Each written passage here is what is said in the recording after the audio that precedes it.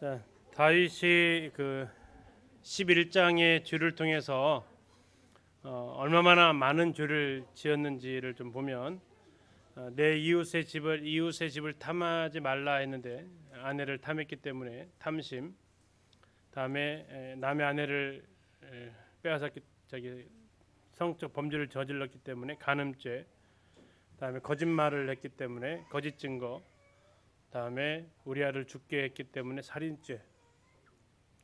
이건 다 사람에게 해당되는 1계명에서 4계명까지가 흔히 하나님과의 관련된 죄예요. 그리고 5계명 부모 공경이잖아요. 이건 부모가 해당이 안 되니까. 또 이제 뭐 하나 빠졌습니까? 예? 8계명이 뭐예요?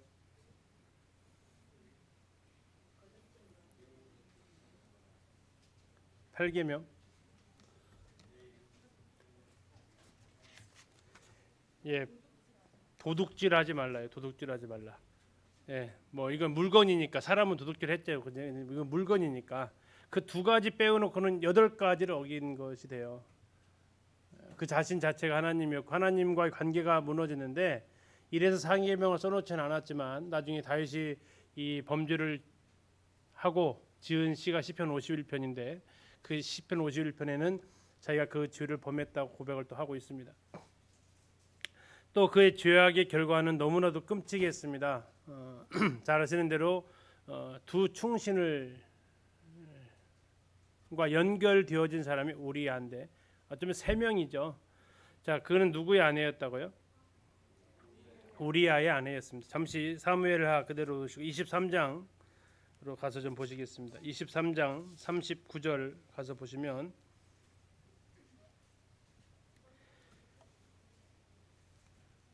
햇사람 우리아라, 아까 봤던 사람이죠. 근데 이상 총수가 37명이었더라. 자, 그들이 누구였냐면 누구를 지금 얘기하고 있냐면 다윗의 용사들을 쭉 얘기를 하고 있는 장면입니다. 그리고 그 마지막 이름으로 우리아를 언급하고 있는데 결국 다윗은 그 충신을 죽였다라는 겁니다. 더 나아가서 사무엘하에 가서 보면 아히도벨이라는 사람이 나오는데요. 그가 누구였냐면 23장 앞으로 가셔서 34절 보시겠습니다. 34절 마아가 사람의 손자 아하스베의 아들 엘리벨렉과 그 다음입니다. 길롯 사람 아히도벨의 아들 누구요? 엘리암입니다. 아히도벨의 아들 엘리암. 자, 아까 사무엘하 11장에서 엘리암을 누구의 아버지라고 소개하고 있었어요? 우리아의 아버지가 엘리암입니다. 그러니까 이 집안은 어떤 집안이냐면 아버지와 아들이 대를 이어서 다윗의 용사로 기록되어져 있는 집안이에요.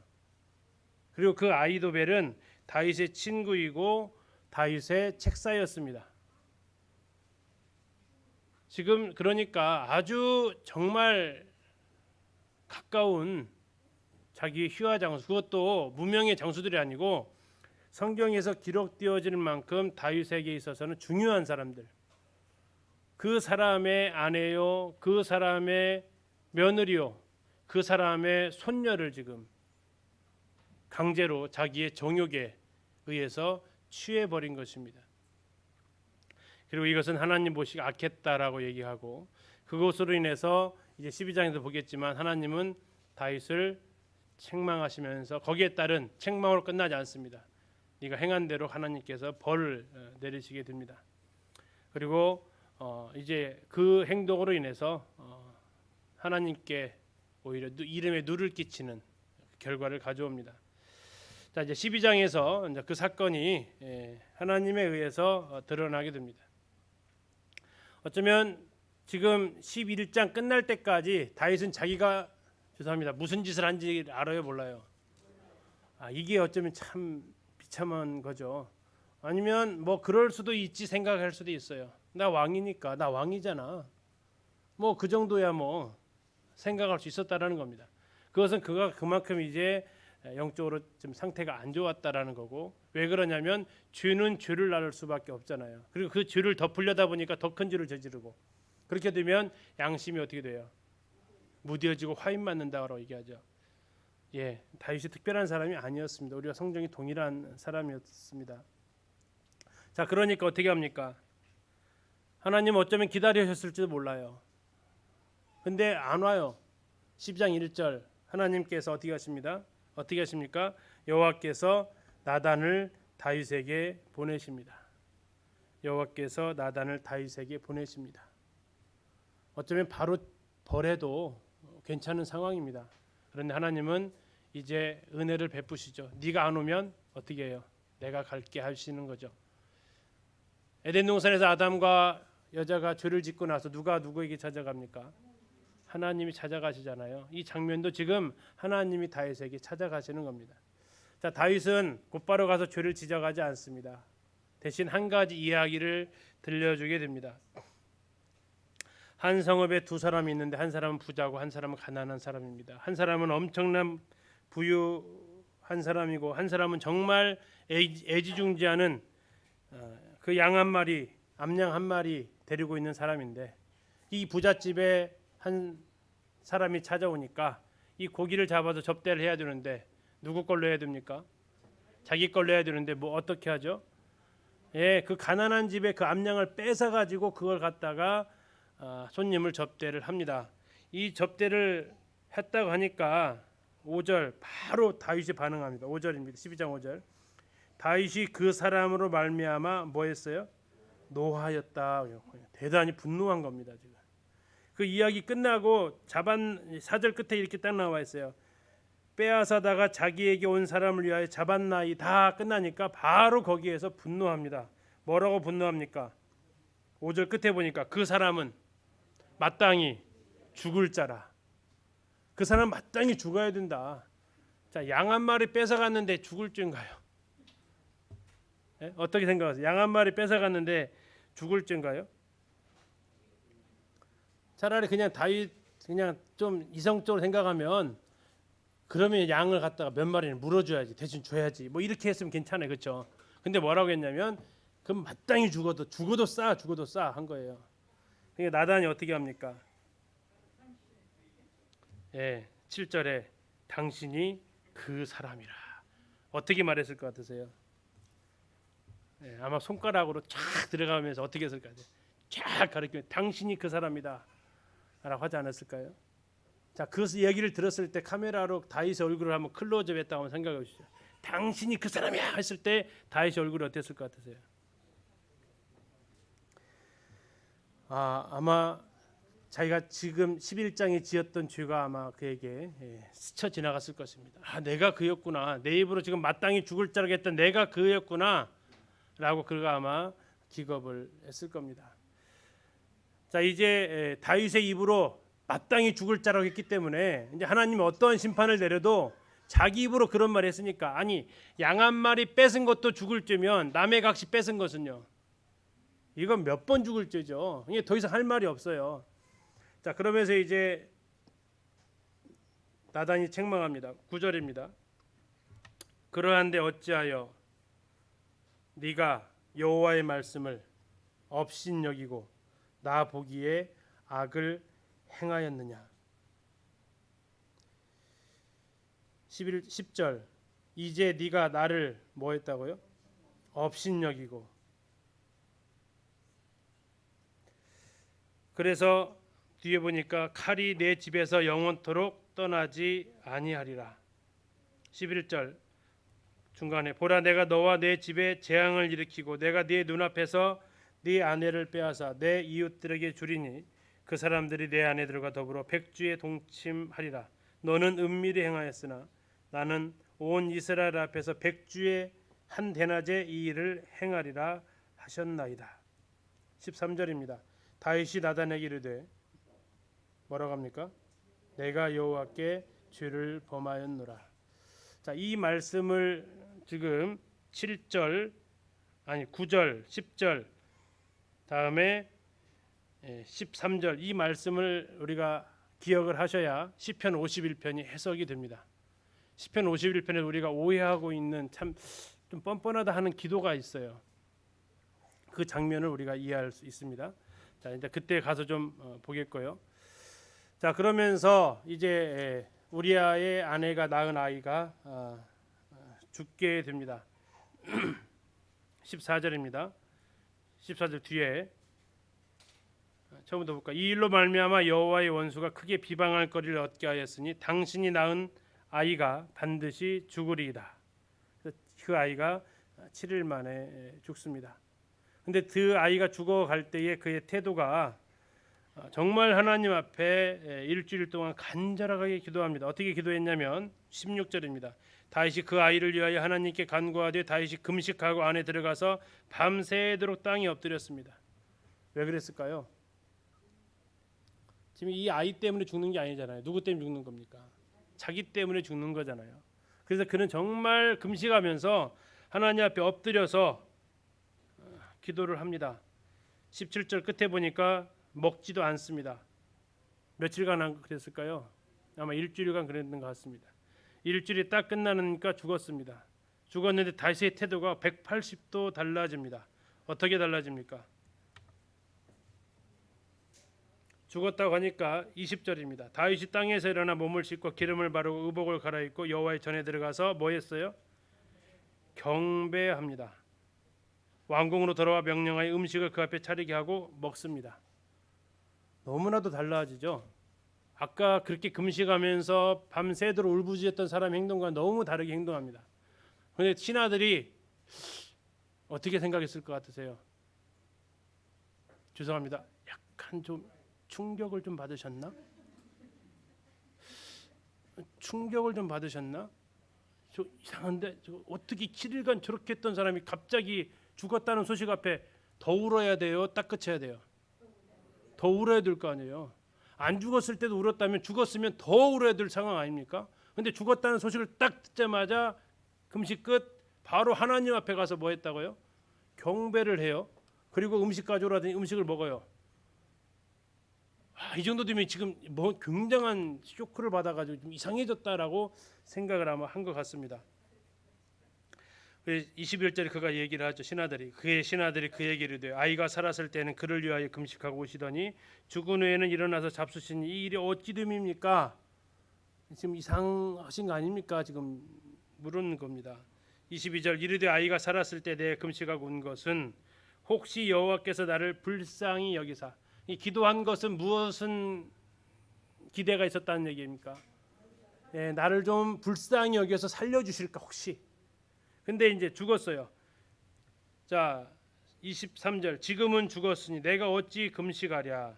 자 죽었는데 울어버리면 어떻게 된 겁니까? 그러면 이제 하나님께서 하신 일에 대해서 지금 뭐 하는 것이 돼요? 원망하고 반항하는 것이 돼요. 하나님께서 하신 일에 대해서 이제 내가 일주일 동안 그렇게 기도했는데 데려가요? 하면서 하나님 앞에 불경한 죄를 짓게 되기 때문에 다윗이 얘기하는 겁니다. 내가 어찌 금식하랴. 내가 다시 돌아오게 할 수 있느냐? 나는 그에게로 가려니와 그는 내게로 돌아오지 아니하리라. 자 그러면서 자기가 하나님의 그 심판에 대해서 그대로 다 받는 모습을 볼 수 있습니다. 이 기도 전에 결과가 나타나기 전에는 그의 긍휼을 생각하면서 우리가 기도를 해야 됩니다. 그러나 하나님 결과를 딱 보이시면 하나님의 그 공의를 바라보면서 그 앞에 경배하는 것이 우리가 하는 기도의 바른 태도인 것을 다윗을 통해서 볼 수 있습니다. 공부하다 보니까 23절에 다윗이 이런 말을 하죠. 나는 그에게로 가려니와. 그 주일학교 선생님들을 아이들한테 가끔 질문당하는 게 있습니다. 갓난 아이가 죽으면 천국 가요, 지옥 가요? 그 들어보셨죠? 그때 이제 어느 성경학자는 이 구절을 가지고 해석을 해줬다라고 하죠. 뭐라고 합니까? 나는 그에게로 간다. 다윗은 아기에게로 간다. 그럼 다윗은 천국 갔어요, 지옥 갔어요? 천국 갔겠죠. 낙원 갔겠죠. 그러면 아이가 지금 어디로 간다는 얘기예요? 아이도 낙원에 있을 거라고 얘기를 하는 거죠. 이것은 뭐 이렇게 교리는 아닙니다. 이런 식으로 이렇게 위로를 줬다라는 것도 있는데 이게 매튜 헨리가 한 답변이라고 합니다. 아무튼 그리고 나서 하나님께서 그에게 은혜를 베푸셔서 또 아들을 낳습니다. 그리고 그 아들의 이름을 솔로몬이라고 짓습니다. 그런데 하나님께서 이 낳은 아기를 이름을 하나 새로 지어 주십니다. 그의 이름이 뭡니까? 여디디아입니다. 뜻은요? 여호와께서 여호와께 사랑을 입은 자. 참 이름 좋죠. 근데 그 뒤로 여디디아라는 이름이 안 불려요. 계속 솔로몬으로 불립니다. 자, 아무튼 이렇게 해서 지금 밧세바의 사건을 통해서 한 아이가 죽습니다.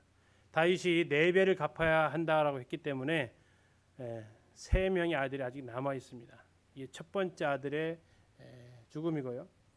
자, 그러는 가운데에서 한편 카메라가 이제 어디로 가냐면 아까 보셨던 그 암몬성으로 가는 겁니다.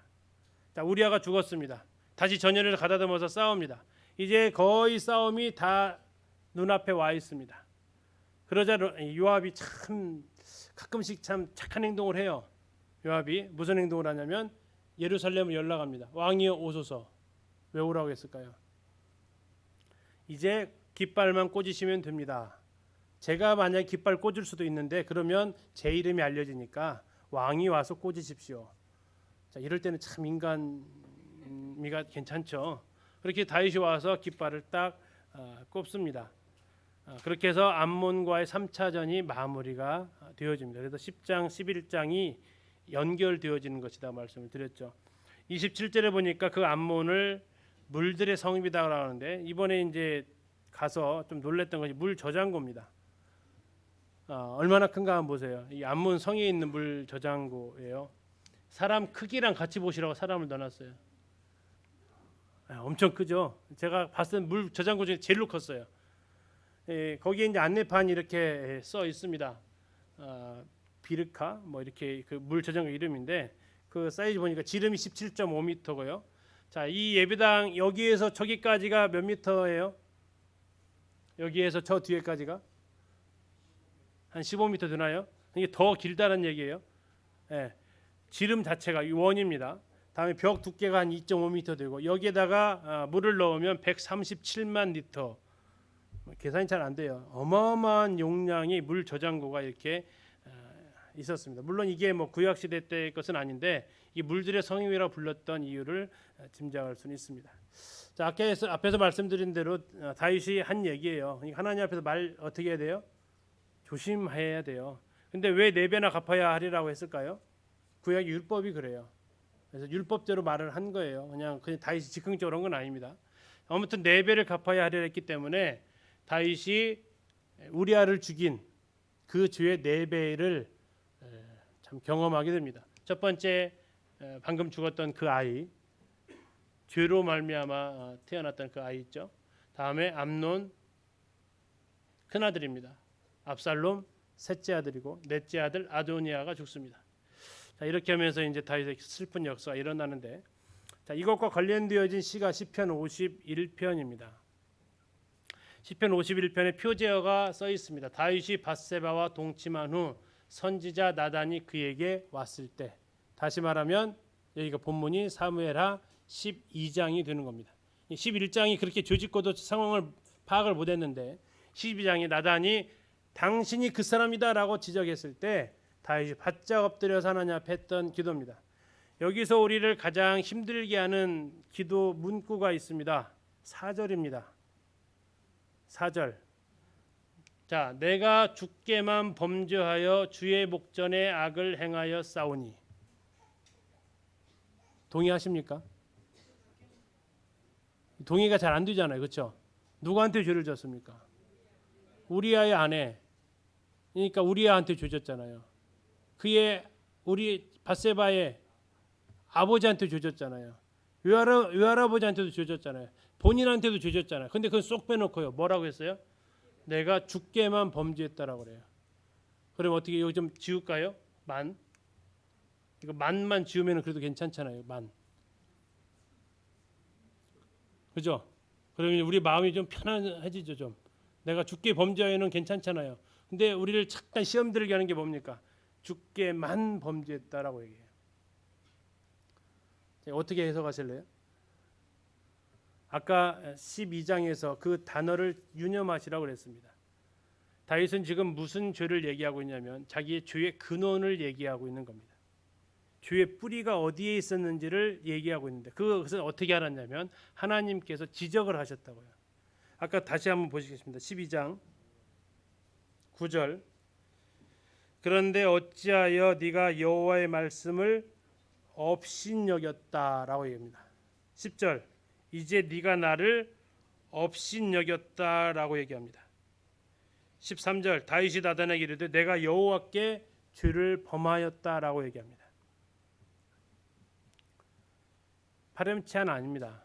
다윗은 그 열매를 집중하고 있는 게 아니라 주의 뿌리를 집중하고 있었습니다. 왜요? 하나님께서 거기에 대해서 책망하십니다. 네가 지금 나를 업신여겼다. 나를 무시했다. 대놓고 무시했다. 한 번도 아니고 두 번에 걸쳐서 하나님 말씀하신 네가 나를 무시했다. 뭐라고 합니까? 주의 목전에 악을 행했다라고 합니다. 목전이 뭡니까? 내 눈앞에서 지금 죄를 졌다는 얘기예요. 지금 다윗이 범죄하고 있을 때 하나님께서 어떻게 하셨다는 얘기입니까? 다 보고 계셨다는 겁니다. 하나님이 보고 계시는 그 앞에서 지금 다윗이 하나님 대놓고 뭐 한 겁니까? 죄를 저질렀다는 얘기예요. 우리 부모님 안 계실 때 죄 짓는 거하고 부모님 보이는 앞에서 죄 짓는 거하고 어떤 게 더 기가 막히세요? 보는 앞에서 하는 거예요. 안 보는 앞에서는 뭐라도 못 하겠습니까? 근데 눈 크게 뜨고 보고 있는데 볼 테면 봐라 하면서 그 앞에서 하면요. 가끔 학교에 그 분노 조절을 잘 못하는 애들이 있어요. 선생님 없을 때 싸우다가 선생님 오시면 어떻게 해요? 끝이잖아요. 선생님 있는데요. 관계 없어요. 아니 말리면요. 선생님을 향해서 주먹이 날라온다니까요. 기가 차서 말도 안 나와 있냐 그러면. 지금 다윗이 뭐 하냐면 내 앞에서 지금 하나님이 보고 계시는데 그 앞에서 그 짓을 한 거라고요. 그러니까 다윗은 지금 먼저 그의 뿌리를 얘기를 하는 겁니다. 그러면 그의 쭉 뒤로 나가는데 그러면 거기에 대해서 다른 사람들의 죄에 대해서는 그러면 무심하냐? 그러지 않습니다. 그 뒤에 보면 그 사람들에 대해서 이야기를 또 언급을 합니다. 다시 말하면 우리아나 이런 사람들에 대해서 언급을 뒤에서 하고 있다고요.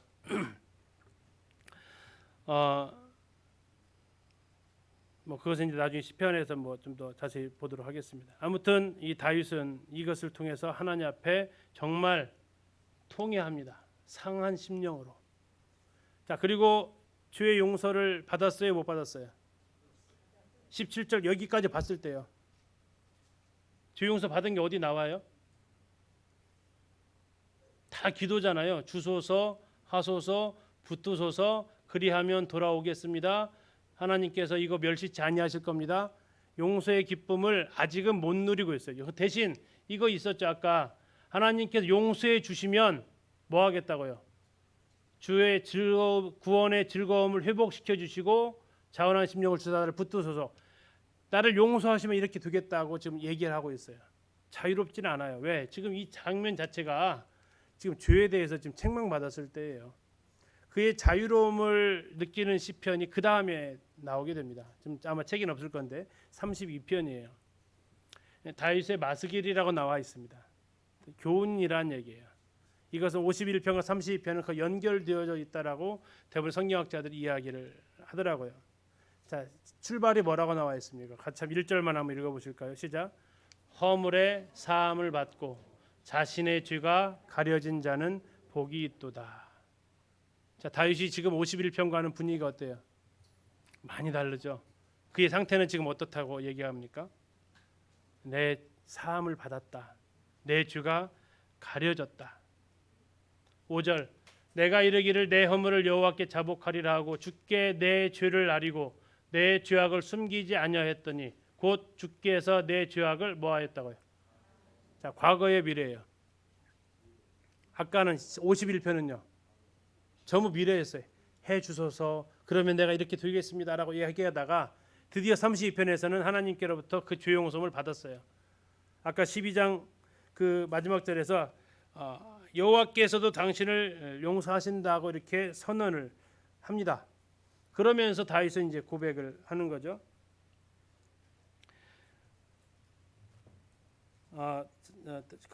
다시 사무엘하 12장으로 가서 보시면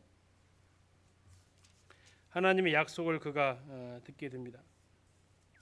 12장 13절 다윗이 나단에게 이르되 내가 여호와께 죄를 범하였노라 하며 나단이 다윗에게 말하되 같이 읽겠습니다. 시작. 여호와께서도 당신의 죄를 사하셨나니.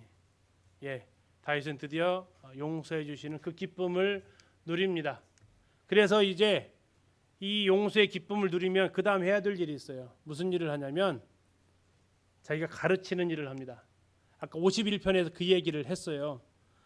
51편에서 뭐라고 했냐면요. 자기가 만약에 이 용서의 기쁨을 누리면 13절에 그리하면 내가 범죄자에게 뭐 한다고요?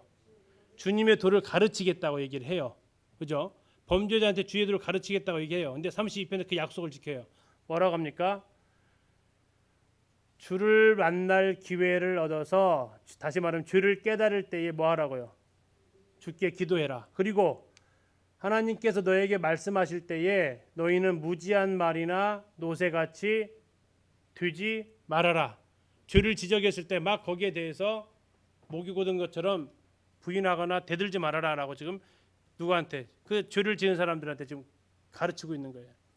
그래서 이 51편하고 32편은 이렇게 연결되어져 있음을 볼 수 있습니다. 그래서 51편은 아직 구원 못 받은 사람, 32편은 구원 받은 사람. 그래서 로마서에서 이 말씀이 나오죠. 이 허물의 사함을 받고 주가 가르친 자는 복이 있다라는 말씀이 로마서에서 나오는데 그것이 다윗의 고백이라는 거예요.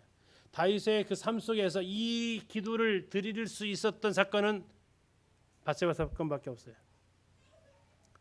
하나님께서 평가하시기를 다윗의 삶 속에서 이 밧세바 사건 이외에는 책망할 게 없다라고 말씀하시고 있어요. 그래서 이 고백은 51편 그 고백 이외에는 나올 수 있는 고백이 없어요.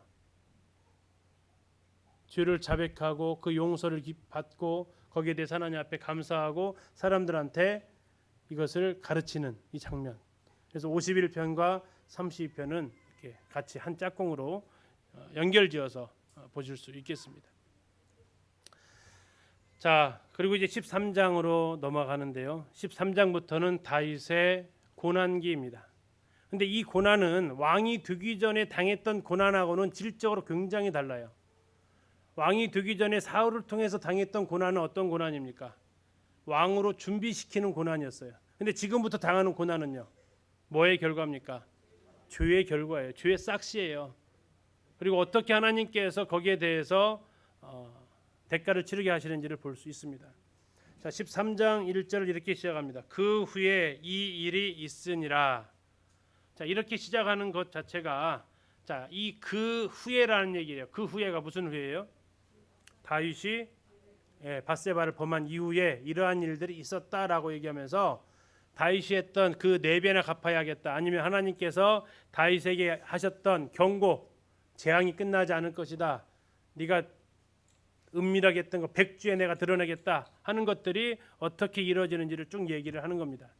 자, 그리고 이제 많이 우리가 아실 내용인데요. 첫 번째 상황은 암논의 죽음입니다. 자, 암논의 죽음인데 압살롬이라는 셋째 아들, 다음에 암논이라는 큰 아들, 이 둘 사이에 일어난 사건이죠. 자, 암논 아히노암의 아들입니다. 압살롬 마아가의 아들입니다. 다시 말하면 엄마가 어떻다고요? 달랐다는 얘기입니다. 자, 우리나라도 왕자들이 많으면 궁중에서 무슨 사건이 일어나요? 그 세력 다툼을 하잖아요. 그래서 연관지어서 같이 생각하셔도 이해가 좀 될 수 있겠습니다. 자, 압살롬의 동생이 있었는데 그 동생의 이름은 다말입니다. 이 다말을 누가 좋아하냐면 큰 아들 암논이 좋아합니다. 그런데 문제가 생겼습니다. 이 다말이 처녀라는 것입니다. 왜 처녀라는 게 문제냐면 당시 규례가 있는데 무슨 규례냐면 당시 처녀는 부모의 허락 없이 집 밖으로 못 나간다라는 규례가 있었다고 합니다. 그래서 아니 나와봐야 뭔 시도를 해볼 텐데 나오질 않는 거죠. 그럼 언제나 얼굴 한 번씩 봤겠습니까? 가족 모임이나 했을 때는 얼굴 본 거예요. 그런데 볼 때마다 마음은 설레는데 나오질 않아. 못 나와요. 자, 그러니까 이러지도 저러지도 못하고 상사병이 나게 됩니다. 그때 요나답이라는, 요나단이 아닙니다. 요나답입니다. 글자 한 글자 차이인데 인격은 완전히 다른 사람인데 요나답이라는 다윗의 셋째 형 삼마의 아들로 들은데 다윗과는 다윗의 조카가 됩니다. 형의 아들이니까. 이 요나답이 암논한테 훈수를 합니다. 아이 그거 가지고 이렇게 머리를 싸매십니까? 내가 방법이 있습니다. 뭔데 했더니 자 규례가 처녀들은 부모의 허락 없이는 못 나오잖아요. 그럼 부모한테 허락 받으면 되죠. 어떻게? 자, 아픈 척 하시고 그리고 다말이 와서 시중을 들게 좀 해달라고 좀 하십시오. 그렇게 해서 이제 다 이 지혜인지 뭔지는 모르겠지만 하여튼 가르쳐 줍니다. 관계를 가르쳐 주는데 암논이 그대로 따라합니다. 암논이 따라하는데 이제 다말이 와서 과자를 구워서 두는데 그 상황에서 자기 침실로 불어들여서 이 다말을 범해버리죠. 근데 더 큰 문제는 뭐냐면 그 상황에서 범한 이후에는 이 다말을 갖다가 완전히 또 내쫓아 버립니다. 자, 이런 일들을 가운데에서 이 다말이 얼마나 슬펐겠습니까? 다말이 이제 오빠한테 가가지고 이 상황을 다 이야기를 합니다. 이때 압살롬이 뭐라고 합니까? 압살롬 13장 보시면 이 두 남자의 이 사건에 대한 대처입니다. 성폭력이 일어났을 때, 가정에서의 성폭력이 일어났을 때 두 남자의 모습인데요. 39절입니다. 다윗 왕의 마음이 압살롬을 향하여 간절하니 암논은 죄송합니다. 13장 21절 보시겠습니다. 21절 다윗 왕이 이 모든 일을 듣고 뭐 했습니까? 심히 노했습니다. 자, 압살롬은 암논이 그의 누이 다말을 욕되게 하였으므로 뭐 했어요? 그를 미워하여 암논에 대하여 잘잘못을 압살롬이 말하지 아니했다. 자, 두 사람 다 뭐 했다는 겁니까? 그러면 지금 이 암논에게 대해서는 아무런 조치를 취하지 않았다는 얘기입니다. 다윗은 뭐만 했어요? 화만 냈어요. 심히 화를 냈어요. 압살롬은요, 화도 안 내고요, 이제 속으로 어떻게 하면 이 복수를 갚아줄 것인지 음모를 꾸몄어요. 자, 다윗은 왜 화만 내고 있었을까요? 지금 자식 앞에 이 상황 밧세바 범한 거 다 알았겠죠. 자, 그래서 이야기합니다. 다윗은 할 일은 알았습니다. 어떻게 되는지 알았어요. 그러나 밧세바의 사건으로 그의 손이 묶여 있었다라고 얘기합니다. 뭐 할 수가 있는 게 없어요. 아버지도 그랬잖아요. 이렇게 하면은 할 말이 없는 거죠. 아니면 어쩌면 하나님께서 하셨던 그 책망, 그것을 알았기 때문에 그는 오히려 할 수 없었을지도 모릅니다. 아무튼 압살롬은 할 일을 알았어요. 이 동생의 억울함, 이거에 대해서 해결해야 되는데 저 아버지가 아무것도 안 하고 있으니까 뭘 할 수 있는 게 없잖아요. 그래서 지금 상황에서 내가 뭐 할 수 있는 게 없다라고 결론을 내리게 됩니다. 그로부터 23절로 지나가면서 2년 후입니다. 드라마로 하게 되면 자막으로 흘러가겠죠. 2년 후. 압살롬의 기억 속에서는 여전히 암논에 대한 복수가 남아 있지만 그 암논은 어땠을 것 같아요?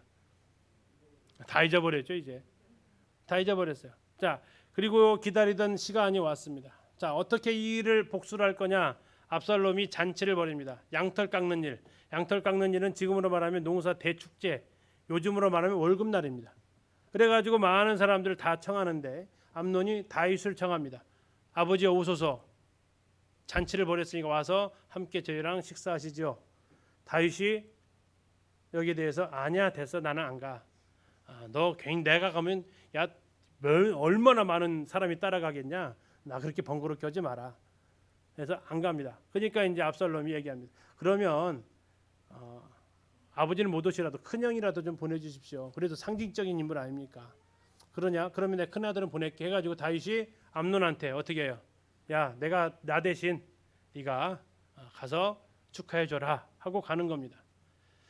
자, 그래서 이 잔치가 벌어졌는데 그 기회를 타서 이미 다 계획을 짜놓은 대로 하인들을 시켜서 압살롬이 암논을 죽이게 됩니다. 그리고 나머지 그 자리에 참여했던 다른 모든 왕자들은 혼비백산 막 주랭랑을 치게 되죠. 근데 이 소문이 이렇게 거리가 멀다 보니까 다윗한테 들려지는데 압살롬이 다 죽였다고 하는 거예요. 다 죽였다고 하니까 다윗이 이때 참 희한한 행동을 하는데 어떻게 했을 것 같으세요? 만약 성도님들이라면 어떻게 했을 것 같아요? 자식이 다 죽었대요. 자식의 손에 의해서. 31절 한번 보시겠습니다. 13장 31절. 왕이 곧 일어나서 자기의 옷을 찢고 그 다음에 뭐 했어요? 땅에 드러눕고. 어떻게 잘한 행동 같아요? 이 사건 수습을 지금 할 힘이 없어요. 이건 거의 지금 얼마나 슬픈지는 우리가 알 수 있지만 좀 아쉬운 부분이죠. 이런 상황은 아닌데 이 사건 어떻게든 해결해야 되는데 뭐 그러자 이제 요나답이 이 상황을 다 알고 있었기 때문에 아니에요. 압살롬만 죽었을 거예요. 걱정하지 마세요. 하니까 정말 압살롬만 죽었다는 소식을 들려오게 됩니다. 그리고 이제 압살롬은 형 암논을 죽였기 때문에 그대로 있으면 죽을 수도 있어서 어디로 도망가냐면 요갓집으로 도망갑니다. 요갓집이 어디냐면 그술 땅입니다. 그술이 어디냐면 갈릴리 북쪽에 있습니다. 지금의 신약 시대에는 거기를 벳세다라고 부릅니다. 신약의 벳세다가 구약의 그술 땅으로 요즘 밝혀졌습니다. 그러니까 아주 멀리 간 거예요. 자, 그런 가운데에서 다윗은 갑자기 두 아들이 사라진 겁니다. 자, 첫째 아들은 어떻게 됐어요? 죽었죠. 둘째 아들 길르압이 있는데 나오지가 않아요. 그 뒤로 아마 그 보통 학자들이 병약해서 죽었을 거라고 얘기하는데 둘째 아들은 뭐 언급 자체가 없어요. 셋째 아들은 지금 살인죄 지고 형 죽이고 도망가 버렸어요. 자, 그러면서 이 얼마나 그의 이 슬픔, 지금 벌써 몇 명이 죽은 거예요? 두 아들이 죽은 거예요. 자, 그런데 하나님께서 이 죄 지은 거에 대해서 어떻게 갚아주시는지 이 장면을 또 한 가지를 보면 암논이 다말을 불러왔던 방법이 뭐예요? 누구를 이용했죠? 아버지 다윗을 이용해서 나 간병하게 해달라고 불러왔잖아요. 그런데 지금 압살롬은 동일한 방법을 사용합니다. 형을 초대하는데 누구를 이용해요? 아버지 다윗을 이용해요. 결국 암논은 자기가 사용했던 방법으로 어떻게 돼요? 자기가 죽임을 당해요. 그런데 더 속탈 것은 뭡니까? 다윗 한번 생각해 보세요. 이제 자기가 불러가지고 다말은 오빠한테 욕보임을 당했죠. 아마 다말이 가고 싶다고 했을까 싶기도 해요. 안 가겠다고 했을지도 가능성이 더 많은 것 같아요. 암논도 마찬가지죠. 암논도 자기가 보냈잖아요. 근데 지금 싸늘한 죽음으로 왔어요. 그 심정이 어땠을까요? 계속해서 그 칼이 그 집안에서, 그 재앙이 그 집안에서 다윗에게서 떠나지 않는 그 고통이 지금 아까 이런 이야기를 들었을 때 바닥에 드러누워버린 그의 모습으로 또 볼 수 있게 됩니다. 자, 시간이 또 흘러갑니다. 3년이라는 시간이 다시 흘러갑니다. 그술 땅에 가 있는데 다윗은 그를 보고 싶어 합니다. 그러나 부르지는 않습니다. 자, 이런 상황 가운데에서 요압이 다시 나서게 됩니다. 또 왕이 지금 압살롬을 그리워하는데 압살롬을 부르진 않으니까 요압이 드고아의 아모스 선지자의 고향입니다. 드고아의 한 여인, 지혜로운 여인을 부릅니다. 이 사무엘서를 보면 여자는 주로 지혜롭다고 얘기를 좀 하고요. 남자는 불량배라고 이야기를 하고 좀 그렇습니다. 이 자꾸 나와 여기 반복되어져서 자, 아무튼 지혜로운 여인이 와서 이 다윗 앞에 섭니다. 그리고 이 모든 대사를 전부 다 요압이 각본을 씁니다. 그리고 이 여인한테 연기를 시킵니다. 이렇게 해라. 그래서 이 여인이 왕 앞에 나와서 얘기합니다. 왕이시여 나에게는 두 아들이 있었습니다. 그런데 이 두 아들이 서로 싸우다가 한 아이가 이 아이들을 죽였습니다. 그런데 이 아이를 죽인 아이들 두 아들밖에 없어서 한 아이가 죽어서 이제 아들 하나 남았는데 이 아들을 죽였다고 살아남은 이 아들도 이 우리 민족들이 이 아이를 죽여야 된다고 합니다. 그리고 이 보수자, 이 보복하는 사람이 있는데 그 사람 임무는 우리 뭐 무림영화 가서 보면은 복수하러 쫓아다니는 사람들 있잖아요. 그것처럼 도피성으로 가기 전까지 찾아서 죽이는 역할이 맡은 사람이 있어요. 그 사람이 계속 쫓아다니려고 합니다. 만약에 이 아이마저 죽으면 무슨 일이 벌어집니까? 우리 남편의 가문이 싹 씨가 마릅니다. 왕이시여 어떻게 해야 됩니까? 제발 제 아들, 어차피 죽은 애는 어쩔 수 없잖아요. 이 살아남은 이 아이의 목숨을 좀 살려주십시오. 얘기합니다. 그러니까 다윗이 걱정 마라, 내가 살려주겠다 하면서 이야기가 잘 진행이 됩니다. 그러면서 이 여인이 얘기하는 거죠. 그런데 왕이시여 왜 왕은 압살롬을 부르지 않으십니까? 이미 죽은 아들은 어쩔 수 없지 않습니까? 왜 그 아들을 지금 버려두십니까? 라고 하면서 다윗한테 이렇게 얘기하는 거죠. 그래서 다윗이 이걸 알아차립니다. 알았다. 네 말대로 하는데 너 그거 압살롬이 다 알려줬지. 요압이 다 알려줬지. 그러니까 이 여인이 뭐라고 해요? 사실대로 직구하죠. 와 대단하십니다. 맞습니다. 요압이 내 입에 다 넣어준 말입니다라고 얘기를 합니다. 요압이 다윗한테 어떠한 인물이었는지를 우리가 생각해 볼 수 있는 장면입니다. 자, 그리고 그렇게 해서 다윗이 그러면 압살롬 데려와라 다시 소환 명령을 내립니다. 자, 왔으면 이제 제일 먼저 누구를 만나야 돼요? 압살롬이 다윗을 만나야 될 거 아니에요. 그런데 데려오긴 오는데 왕궁은 들어오지 마라. 집에 가 있으라고 해라. 뭐 이제나 저제나 압살롬은 기다릴 겁니다. 아버지가 부르시겠지. 그런데 그것을 2년 동안 부르질 않아요.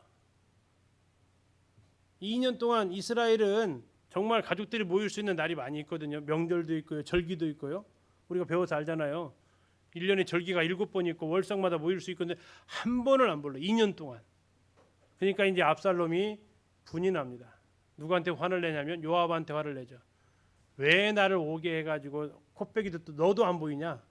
그러니까 요압 집에다가 밭에다가 불을 질러버리네. 곡식단에다가.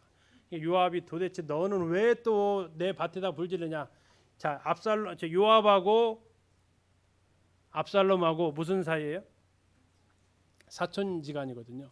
사촌지간인데 그러니까 이제 공적인 자리에서는 뭐 장군, 뭐 왕자님 이렇게 했겠지만 사적인 자리에서는 막 갔겠죠. 도대체 왜 우리 밭에다 불을 지르냐면서 왜 이러려고 나를 데려왔냐면서 이렇게 또 다툼이 있게 됩니다. 자, 그래가지고 요압이 알았어, 내가 다리 다시 놔줄게 해가지고 요압이 압살롬하고 다시 다윗과 다리를 놓게 해줘서 다윗을 만나게 됩니다. 그리고 서로 화해를 시켜 주게 되죠. 그래서 압살롬이 이제 예루살렘에서 화해를 하게 됩니다.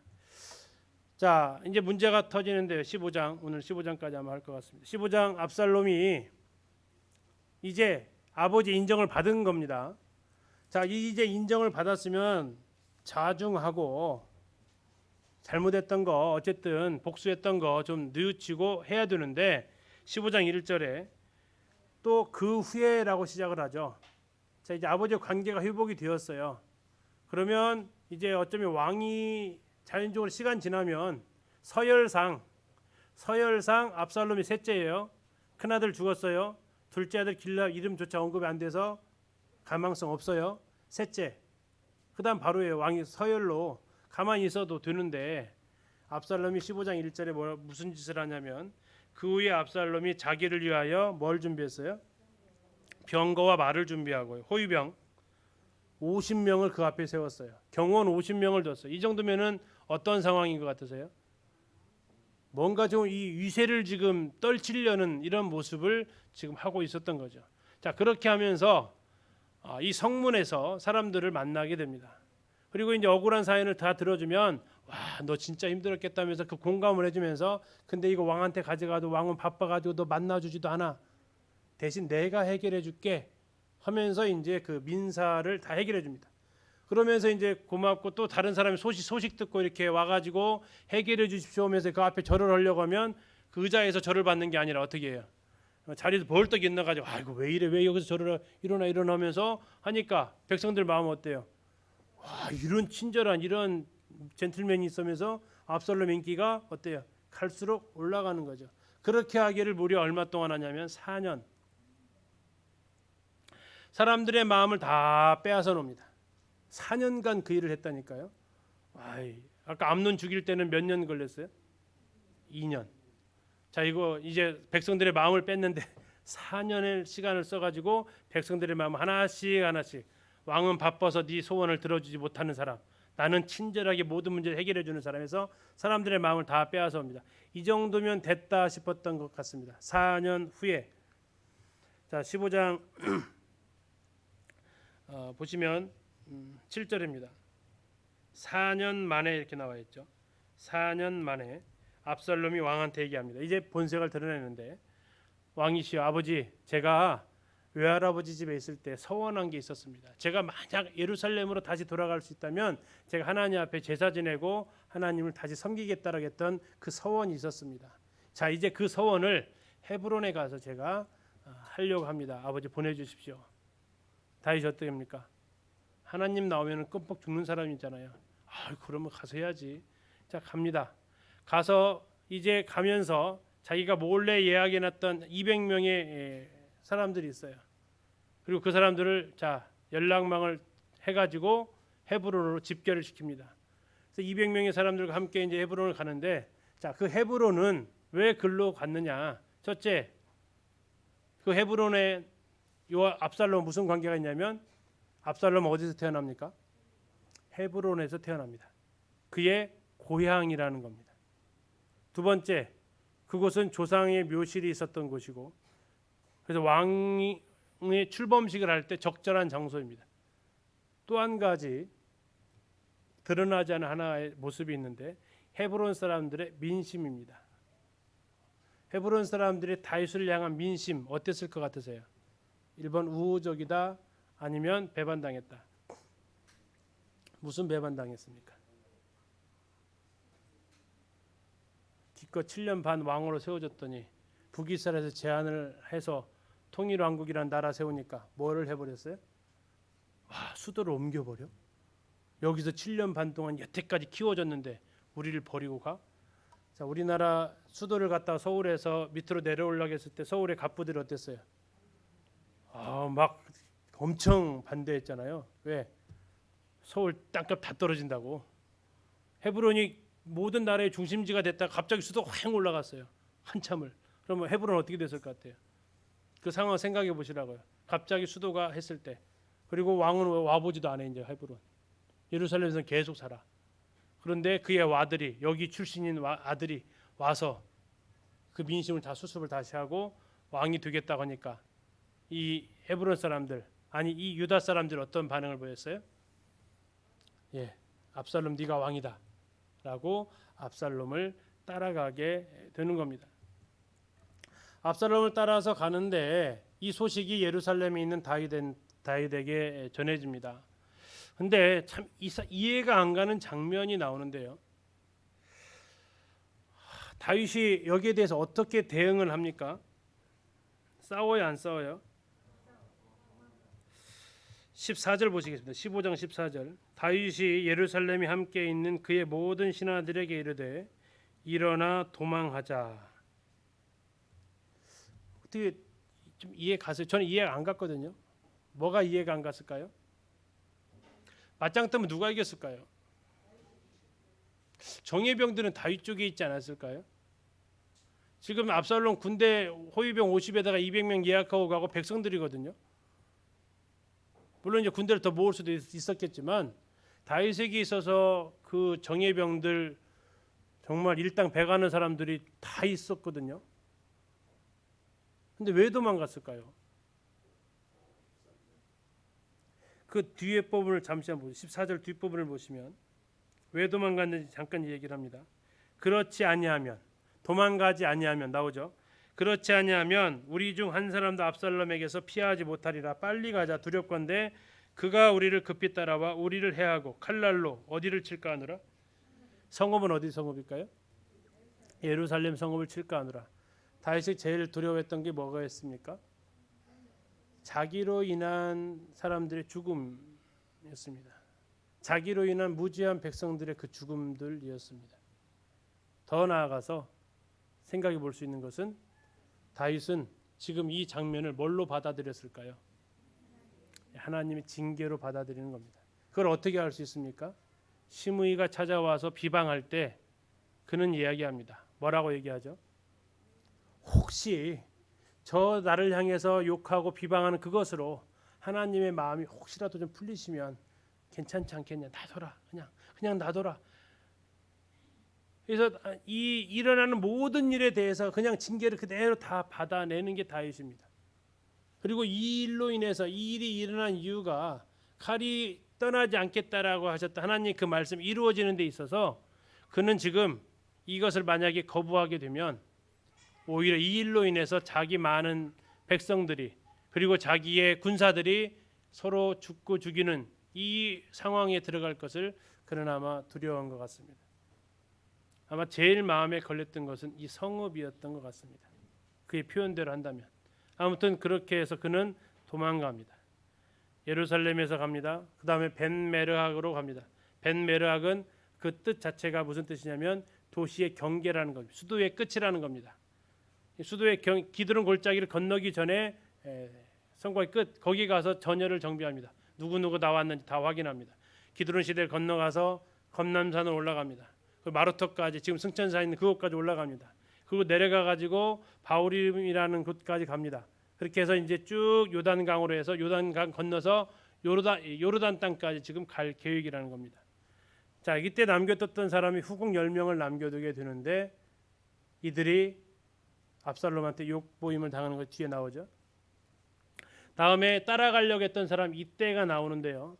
자, 이제 이게 좀 특이한 상황입니다. 이때는 가드 사람이라고 나옵니다. 가드 사람. 가드는 블레셋의 도시, 다윗이 피난했던 성읍입니다. 아기스가 다스렸던 곳. 근데 그 사람이 지금 와 있어요. 600명의 군사와 함께. 자, 그래서 이 사람이 왜 있을까 싶습니다. 근데 여기 온 지가 얼마 되진 않았어요. 얼마 되진 않았는데 600명 데리고 왔어요. 근데 다윗의 말로 하면 너는 지금 쫓겨왔잖아 그래요. 그러니까 지금 이 가드는 이때는 블레셋과 이스라엘 관계가 어떤 관계예요 지금? 서로 적대하는 관계잖아요. 거기에서 이 가드 사람 이때는 누구의 사람으로 지금 블레셋이 인정을 한 거예요? 다윗의 사람으로 인정을 한 겁니다. 자, 15장 19절 보시면요. 그때의 왕이 가드 사람 이때에게 이르되 어찌하여 너도 우리와 함께 가느냐? 너는 뭐라고요? 쫓겨난 나그네다라고 해요. 쫓겨난 나그네. 지금 가드에서 블레셋한테 쫓겨난 거예요. 이게 우리 식으로 말하면 친일파라고 이렇게 먹었듯이 너는 친다윗파야 하면서 우리 적수 쪽이야. 여기서 죽을 위험이 있으니까 지금 도망 나온 거예요. 근데 그 도망 나온 것이 20절 보니까 너는 언제 왔다요? 어제 왔대요. 이 날짜를 어제라기보다는 온 지 얼마 되지도 않았다는 얘기예요. 그러니까 그 가드 땅에서 그렇게 차별을 받고 살다가 여기 온 지 얼마 안 됐는데 지금 또 도망가는 거예요 이제. 자, 여태까지 지금 가드 땅에서 뭐 했다고요? 19절에 쫓겨났다고 했잖아요. 근데 지금 다시 여기서 또 무슨 신세가 된 거예요? 또 도망자의 신세가 된 거예요. 그러니까 그러지 말고 너 압살롬이 너 잘 모르니까 그냥 여기 살아. 여기 있어도 돼. 근데 가드 이때가 어떻게 합니까? 이때 참 이 말이 참 대단하죠. 21절입니다. 가운데 진실로 내 주 왕께서 어느 곳에 계시든지 사나 죽으나 종도 그곳에 있겠나이다.